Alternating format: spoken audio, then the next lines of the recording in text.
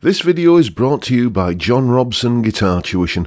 If you enjoy the content, please consider supporting the channel by enrolling on a course, purchasing some guitar lessons or a t-shirt, or you can join my Patreon. Now, on with the show. Hello chaps, welcome once again to John Robson Guitar Tuition. As always, I do hope you're well.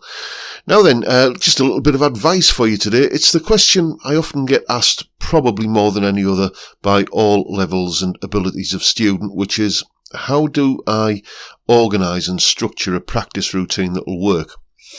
So I guess what I'm going to be doing today is giving you that sort of answer that I would normally give to the individual students that ask me that. Obviously, when I'm talking to an individual, then I can tailor the practice routine and practice schedule individually to that person. So this is going to be a little bit more generalised, but hopefully you still get the basic point. The first thing to really understand is that when you pick up a guitar and start playing, it doesn't necessarily mean that you are practicing. If you are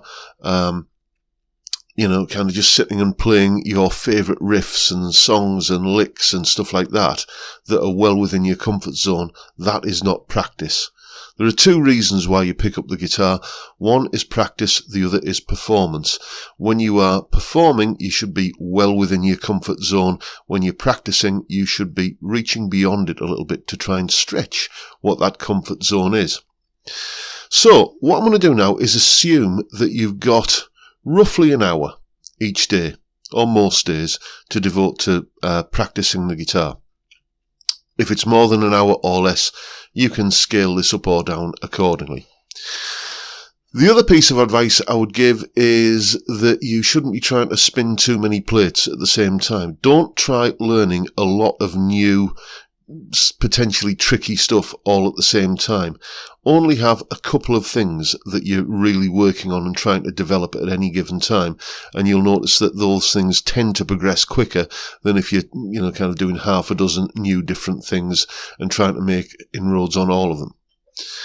So as I say, let's imagine you have an hour to do some practicing. What should you do? Well, the first 10 minutes, and this is vital, is that you should do some warm-ups. Okay, that can be anything. It can be the old, one finger per fret spider exercise, anything at all. But basically, get the blood pumping and the muscles warmed up before you start tackling any of the tricky stuff. Even just sitting and playing some familiar songs and chord changes and your favourite riffs and licks, just to kind of get everything nice and loose and relaxed. That would be, a good start. So do that for about 10 minutes. Then, as I said, you need possibly two things that you're going to be, working on at any one time. Two tricky techniques, two things. It might be, one of them might be kind of, a rhythm guitar technique, kind of funky, intricate Nile Rodgers type strumming, and the other might be, some kind of lead guitar technique, tapping, sweep picking, whatever. But it could be anything. It could be if you're struggling with learning to play bar chords, that could be one of the things. If you're, making your first inroads into learning your pentatonic patterns, that could be the other one. You get the idea. And after your initial 10-minute warm-up, what you should do is spend 20 minutes going through the first of those two techniques. It doesn't matter which order you do them in. You can do the rhythm guitar thing first. You can do the lead guitar thing first. Doesn't really matter. Okay? So spend about 20 minutes going through that one thing there, and it is absolutely vital, I can't stress this enough, that you work with a metronome. Okay? This does two things, working with a metronome. What it does is it keeps you in time. That beat that's going on in your head is remarkably elastic. And it will stretch and compress, and, you'll think you're playing something with good timing, but when you try playing along with a track where you need to use this technique, suddenly you'll realise that, suddenly now I'm playing tennis with a net, and it all kind of doesn't fit somehow. So it's vital that you use a metronome. If playing along with a metronome is a little bit off-putting, and I know some people do find this to be the case, then go and check out an online drum machine called Drumbit, Drumbit. It's basically a drum machine that plays in your browser. You don't need to download anything or anything like that. It's just online drum machine, and it'll provide you with like frankly not a very convincing drum part, but it sounds like a drum pattern rather than just some tick tick tick tick metronome that, you know, some people feel a little bit more natural playing along with something that sounds more like drums. Or even go and spend 25 quid or thereabouts on a copy of Chord Pulse, which I did a video about that ages ago. I'll put a link to it in the description so you can check it out. It's basically a programmable backing band that is like really ridiculously easy to use. You don't need any other software or to kind of use it as a plug-in inside Reaper or anything like that. It's just a standalone thing, and you can program in chord sequences that are played by this MIDI band that is in Chord Pulse, and it's got various different styles you can choose from, and you can vary the tempo. So essentially you can play with a metronome, but the metronome is giving you something a little bit more like a backing track. So the way you use a metronome, and let's imagine you're doing this to play some tricky chord changes, some chord changes that are, you know, unfamiliar, and you want to get your fingers used to the muscle memory happening basically for these chord changes. You find the speed at which you can play the most difficult part of that chord sequence. Okay, if it's a guitar lick you're playing, you find that, or a guitar solo or whatever, you find that the speed at which you can comfortably play the most tricky part of that. You get the idea. So you find that the trickiest part of whatever it is you're trying to do, and you find the speed at which you can do that, and then you practice the whole thing at that speed. Okay, until it starts to flow and your fingers are starting to, just know where they're going to. And because you have the confidence of knowing that even the trickiest part of it is something that you can do at this speed, you'll feel more relaxed. A lot of the time when people are practicing something that's tricky, what makes it tricky is the fact that they're a bit tense and, am I going to make it over this hurdle this time? You know, if you know in advance that you're going to be able to get past the trickiest part of it without any problems because you know you can do it at this speed, then that will make you more relaxed and less likely to, be basically trying to push the car with a handbrake on, you know, which is effectively what happens when you tense up because you're anxious about tripping over the tricky bit. Then you gradually ease the tempo up. And this fact that you can put a number on the tempo, okay, is exactly where you can measure your progress. Okay, on day one, let's say you're trying to play something and the target speed you want to play it at is 108 beats per minute for the sake of argument. Okay, and the trickiest part of that thing that you're trying to play is you can do that comfortably at 76 beats per minute. Right, so day one you start off at 76 beats per minute practicing this thing. And then after the 20-minute block of practice that you're doing this, you've got it to maybe, 89 beats per minute. Here's where most people make the biggest mistake here. Don't think that, right, okay, now the speed I've got this to is 89 beats per minute, and that's the speed I start off at again tomorrow, because it will not work. It took you 20 minutes to get from 76 beats per minute to 89 on day one. You're not going to be able to jump in on day two at 89 beats per minute and just, hit the ground running.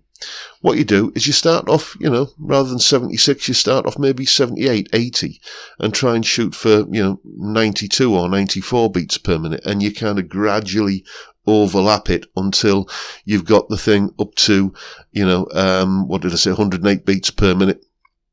And, you can do it comfortably. And then once you've got it to 108, again, don't make the mistake of thinking that you can do it at 108 from cold, because that's probably taking you 20 minutes to get it there, okay? What you need to do is gradually cut down that amount of time that it takes you to get it to the target speed until, just after you can just go straight to the target speed after your initial 10-minute warm-up at the start of your practice hour. And that model of basically working something up to speed with a metronome like that, whether it's chord changes, whether it's a solo, whether it's a riff, whatever it is how you then approach the next 20-minute block. As I say, there are two things that you should be working on at any given time. Usually one of them will be something rhythm related, and usually the other one will be something lead related. So you have your initial 10-minute warm-up, then you do tricky thing number 1 for 20 minutes working with a metronome. Then you just make a note of where you got to with that, and then, go to tricky thing number 2 for the next 20 minutes, practicing it in exactly the same way as you practiced tricky thing number 1. So you might have done some funky Nile Rodgers strumming for the first 20 minutes. Next, you're going to go and do some Yngwie style, sweep picking for the next 20 minutes, or it could be bar chords and pentatonic patterns, that kind of thing, right? So the more astute amongst you will have spotted that we had 10 minutes at the beginning of the practice session for a bit of warm-up, then 20 minutes doing one thing, then 20 minutes doing another thing. That doesn't add up to an hour. That adds up to 50 minutes. So what do we do with the last 10 minutes? Well, the last 10 minutes is basically you bookending the practice routine with something, doable, something easy, something, in your comfort zone again. Why? Because that way you will put the guitar down at the end of your practice session having done something achievable. And even if, and we all have off days, okay? We all have these days where we're just not firing on all cylinders. So you might have had a couple of stinker 20-minute sort of, slogging sessions where you're working on the tricky stuff. You don't want to be putting the guitar down after that. You want to be just kind of going back and, kind of playing through some easier stuff, familiar stuff that you're good at, stuff that's in your comfort zone. And as you're doing that, just remind yourself that at one point, that stuff was the tricky stuff.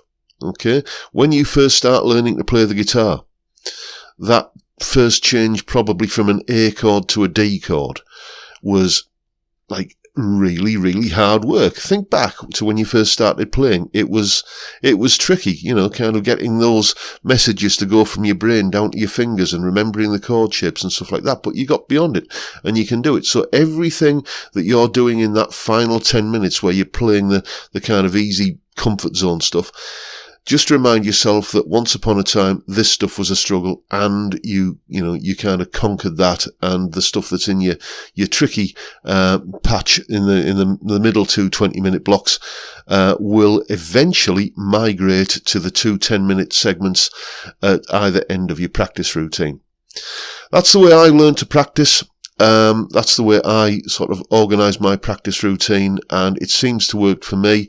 I still do it when I get the chance, although I spend a lot of time talking to other people about, practice and, doing a lot of stuff for YouTube and putting lessons together and this, that and the other. But when I do get a chance to just sit down and do some practice, that is how I organise it. It's how I recommend my students to organise it. The key thing is only have a couple of things on the go at any given moment. That way you can focus on them properly. If you were only focusing on one thing at any given time, it would become very boring and very dull and very, kind of repetitive. And you would get sick of it, but because you can kind of bounce back and forth between a couple of different things, and you're keeping a log of what tempos you're getting to with your metronome, and you're gradually seeing those kind of metronome speeds starting to go up. It won't be a linear graph. You'll have good days and you'll have bad days. But overall, over the course of like maybe a month or so, you'll start to notice that, that thing that I was struggling to play at 80 beats per minute, I can now play it at 95 or something like that. You begin to see that progress, and it's that is very motivating in and of itself. As I say, this is how I practice. This is how I recommend my students practice. I see it working all the time, and it's a good template to apply to your own practice routines. and I just thought you might find that useful advice. Hope you've found it, as I say, useful. And that is pretty much it for today, folks. If you enjoyed the video, please hit the subscribe button and the notification bell if you haven't already done so. And please give me a like while you're at it. Don't forget the live stream every Friday, 5 PM UK time, where it's all about having a beer and a chat about various different things, usually guitar and music related. But the topic of conversation can usually go absolutely anywhere, and often does. But it's a fantastic way to kick off the weekend. I'd love to see you there if you can make it. But for now, I'll bid you all a good day and say thank you so much for watching.